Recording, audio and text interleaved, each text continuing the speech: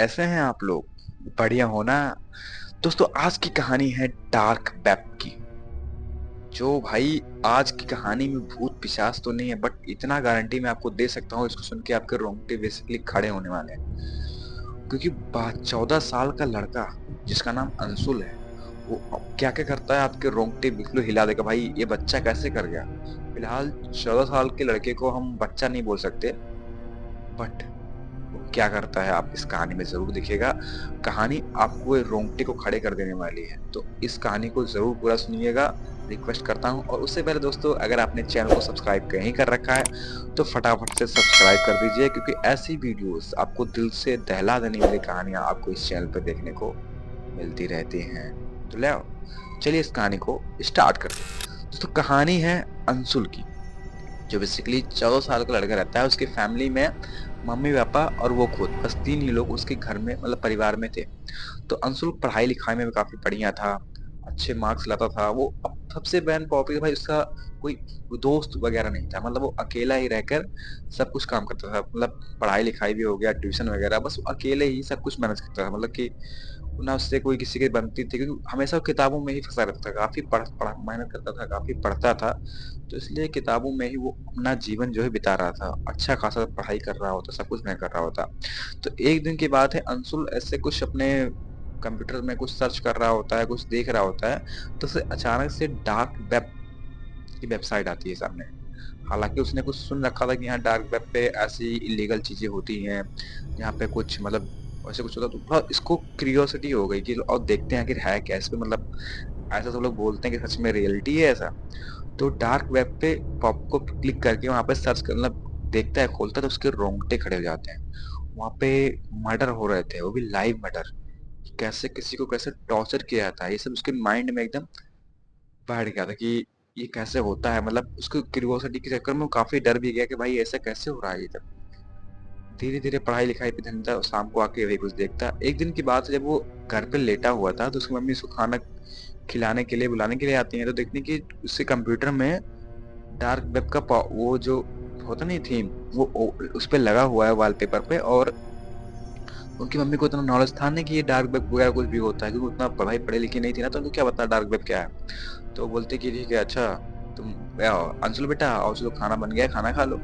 उसको बुलाते हैं, वो उठता है, और जैसे कंप्यूटर को ऑफ करने जाता है, उसका जो माउस है वो इजिली क्लिक हो जाता है, और ऑटोमेटिक डार्क वेब पे जो भी लाइव चल रहे होते हैं मटर, वो ऑटोमेटिक ओपन हो जाते हैं।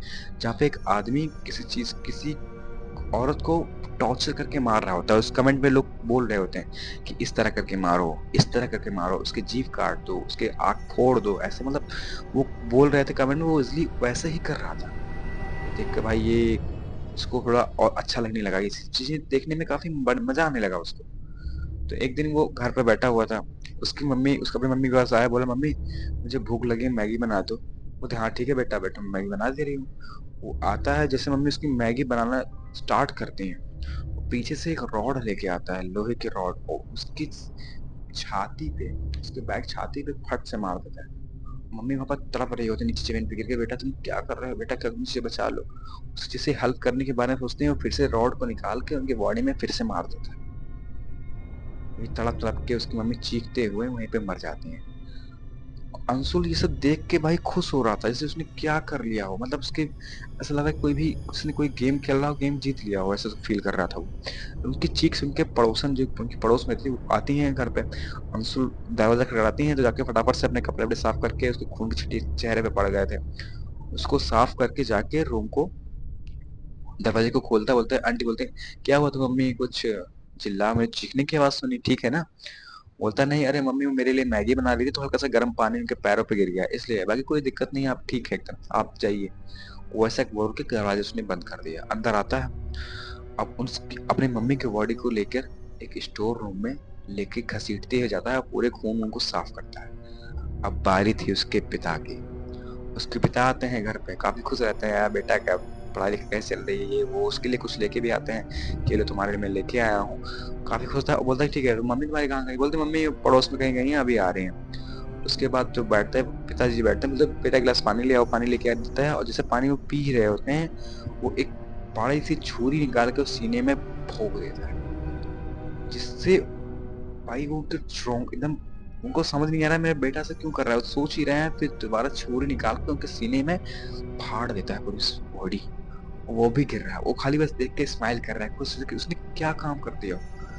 तो डार्क वेब पे देख देख के भाई उसके एकदम परेशान हो गए थे दोस्तों। बेसिकली उसकी एक पड़ोस में रहने वाली एक लड़की छोटी सी बच्ची रहती है, वो इस चीजों को देख लेती है, मतलब छोटी बच्ची, तो उसको भी ये पकड़ के लेके आते हुए देख लेता है कि भाई ये देख रही है, वो छिपने लगती है, कई जगह छिपती है, बट ये जानता है कि भाई कहाँ छिपी है। ये धीरे धीरे धीरे धीरे उसको ढूंढते हुए काफी रूमों में ढूंढता है, ढूंढ के निकाल के डार्क वेब पे रेड रूम चलाता है। रेड रूम बेसिकली अगर आपको नहीं बताया बता दूं, रेड रूम वो जगह है जहाँ पे लोगों को लाइव लग बैठा के उनको टॉर्चर किया जाता है। टॉर्चर मतलब जैसा वो बोलेंगे, ऑडियंस जैसे ही बोलेंगी वैसे उसको टॉर्चर करेंगे, ऐसे वो लोग एंजॉय करते हैं कि हाँ ऐसे काटो ऐसे मारो, वो लोग कंप्लेन मतलब कमेंट्री करते हैं कि हाँ, ऐसा करो, और वो जो मारने वाला मर्डर होता है वो सेम टू सेम ऐसे ही करता है। तो ये भाई ये रेड रूम ऑन करता है, उस लड़की को ऐसे बैठाता है साइड में, और भाई जैसे वो कमेंट पढ़ना स्टार्ट करता है उसके और रोंगटे खड़े हो जाते हैं। उसमें लिखा जाता है इस लड़की के आंख जो है फोड़ दो, आंख में से सूरा डाल दो, सूरा। और बोलते हैं फिर